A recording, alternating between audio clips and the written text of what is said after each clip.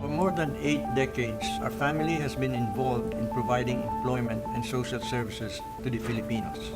But by 2007, there was an impetus for the family to focus on the environment.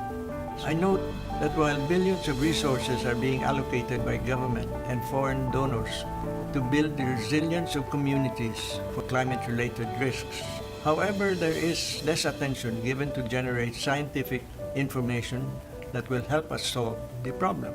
This convinced me to establish the center.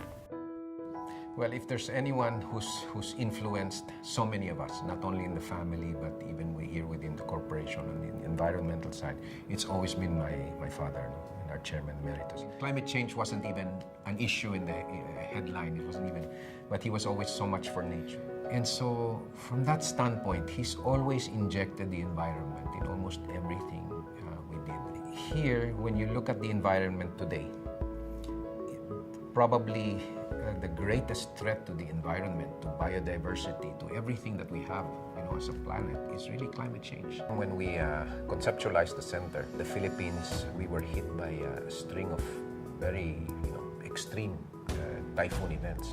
It was very apparent to us that these were the effects already of climate change.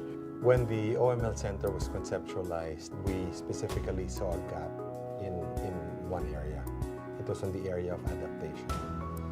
As you know, climate science in the Philippines is really at its infancy and it suffers from a lack of investment.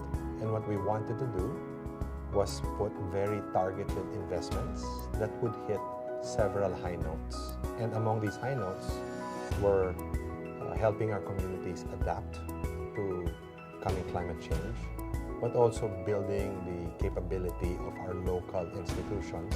So the approach of the center is to cover what I would call white space. What is unique is that we're focused on climate change adaptation, which are science-based solutions that are relevant to the publics that we serve.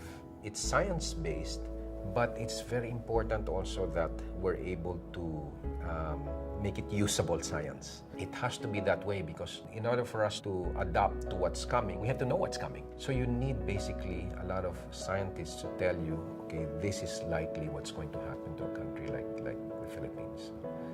And this is how we can address it. We need more cerebral, more systematic way of approaching these things. And I think evidence-based or science-based is the best way to do it. It provides a strong platform for action. Our intention is for this research to save lives now and in the future. What we want to do is to develop not just research for research's sake, but research that will translate to actual action on the ground. If we are looking at saving lives, it's important to make the science accessible to those who need the science most. If we give a tool to a mayor and then the mayor is able to say, oh, okay, this makes sense to me. I'm going to use this when I do my next barangay planning. And to me, that is a test of our science being accessible and understandable. There are two things we do. We provide grants, we provide support so that they can conduct research on climate change and disaster risk reduction and management. Not only that, we also do our own research in-house in the center. And through our own research, we also try to discover solutions to our problems and challenges. One of the ways by which the center would like to deliver solutions and our outputs is that we work with partners. Not only that, but we do have fellows. They are distinguished professors from our top universities, and they work with us in doing our research. Since we started, we've awarded over 24 million pesos in grants. We have partnered with about 17 universities, and we'd like to partner with more state universities and colleges who may be more familiar with what is happening in the local areas because they are right where the action is happening. If you look at all our corporate our values, the Lopez values, one of them is social justice. The sad part with climate change is that the most affected are the ones, are people that probably didn't even cause it, but at the same time don't have the means to be able to adapt.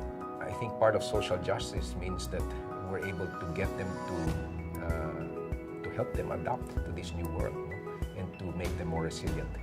You know, it is impossible to change nature. It's going to take us time to reverse the increasing impacts of climate change that are only intensifying with every passing day.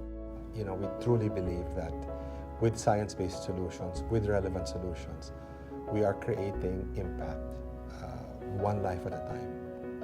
And we, the OML Center, are going to help prepare the Filipino for that.